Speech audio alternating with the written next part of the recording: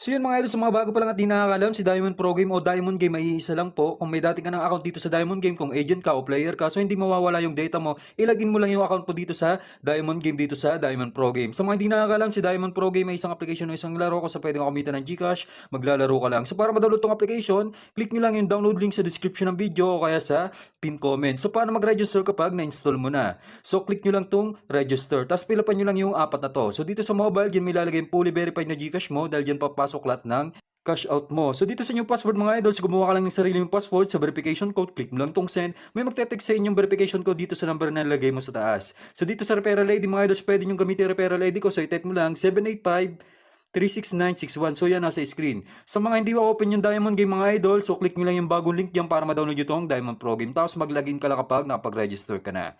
So dito mga idol, so para ba mag-cash in dito, so ituturo ko sa inyo yung updated kung paano mag-cash in dito, click nyo lang tong wallet. Kapag ka-click nyo ng wallet, so click nyo lang yung amount kung magkano yung gusto mo i-cash in. Sa akin mga idol, magka-cash in tayo ng 200, click natin itong 200. So dito kapag na-click mo yung amount, copy mo lang yung number dito, so click nyo lang tong copy, tapos punta lang sa Gcash mo. So yan mga idol, naka-ready na yung sa akin. So mag-send ka lang ng 200 dun sa number na kinopy mo sa Diamond Pro Game o sa Diamond Game. So i-paste mo lang, tapos yung amount kung magkano gusto mo i-cash in, sa akin 200. Click mo lang tong send 200. So kapag na-send mo na, huwag mo kalimutan screenshot para may proof of payment ka, katunayan na nag-cash in ka dito sa Diamond Game. Tapos mga idol, next step, click mo lang tong transaction sa baba. So makikita kayong history na, sinend mo na, 200 kanina. Click mo lang yan, tapos click mo tong copy, copy reference number. So yan, click mo lang copy na yan. Tapos balik ka sa game.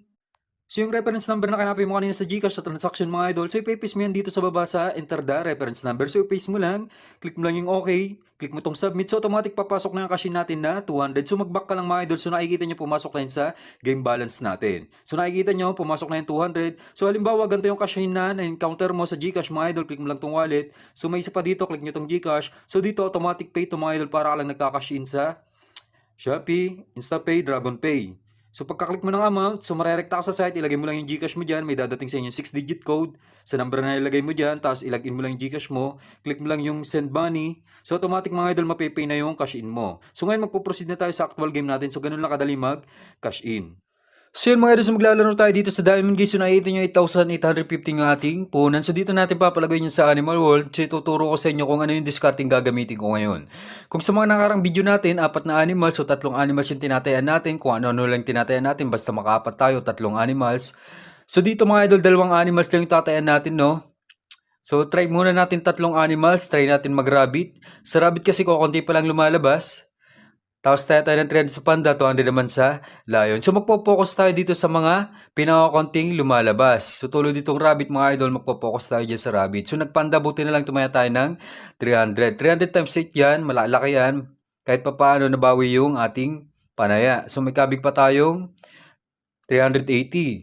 So tingin kayo sa chart mga idol, tingnan nyo yung mga kukunti pa lang lumabas. So 6 pa lang tong rabbit, 7 yung panda.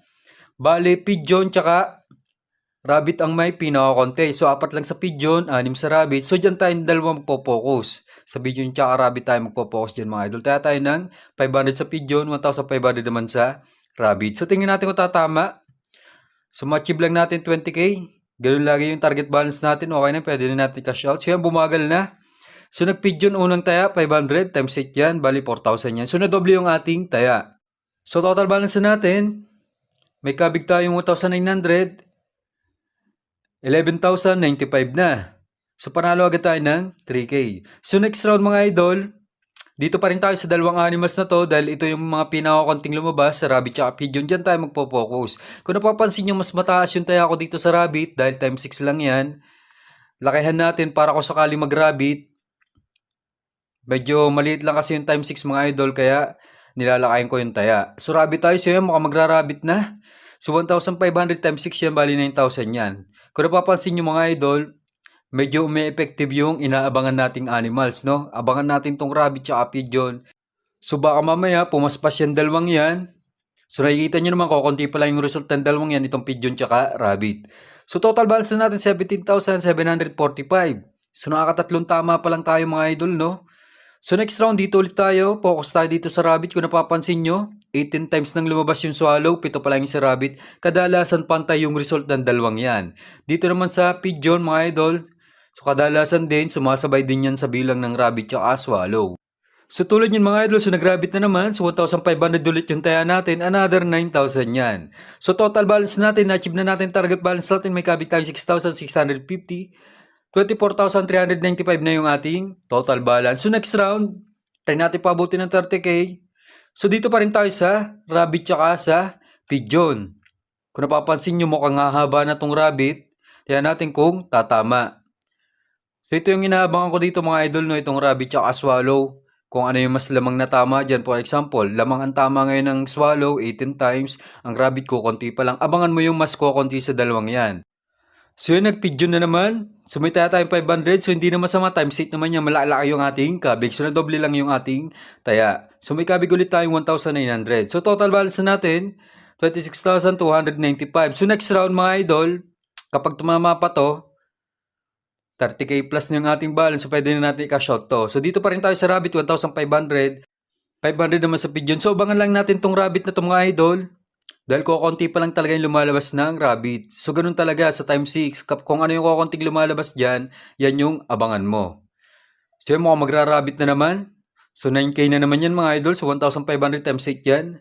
So okay na ako dito. Nahit na natin target balance natin na 30k plus. So may kabig ulit tayong 6,650. So total balance na natin 32k 945. So ganun lang kadali manalo dito sa Animal World.